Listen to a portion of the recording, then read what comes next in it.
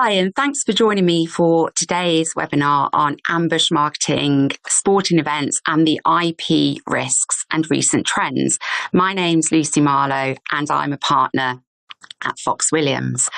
Now, during today's recording, we are going to, first of all, just introduce what we mean by ambush marketing and go over some of the different types of ambush marketing, alongside some examples of different types of marketing that we've seen and query whether or not they amount to ambush marketing. We'll also unpick the legal framework in the UK in respect of ambush marketing and how rights holders and organisers of big ticket events protect themselves. And then finally, we'll wrap up with some practical tips for marketeers as to how they can stay on the right side of the law. Now, starting with ambush marketing and what ambush marketing means. Well, at this outset, it's important to outline that it's, in essence, a type of marketing that's designed to mislead the public that there's an official relationship between the marketeer, so the brand, and typically a high-profile event or a team or an individual.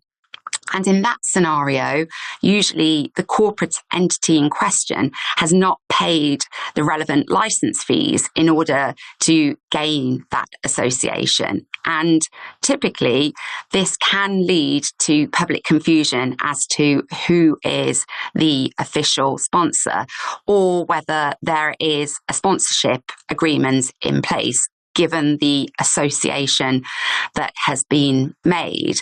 And overall, the aim is for the general public to associate that particular corporate entity with the event, team, or individual. So, and as a result of that, typically, the company in question will gain a competitive advantage in the marketplace.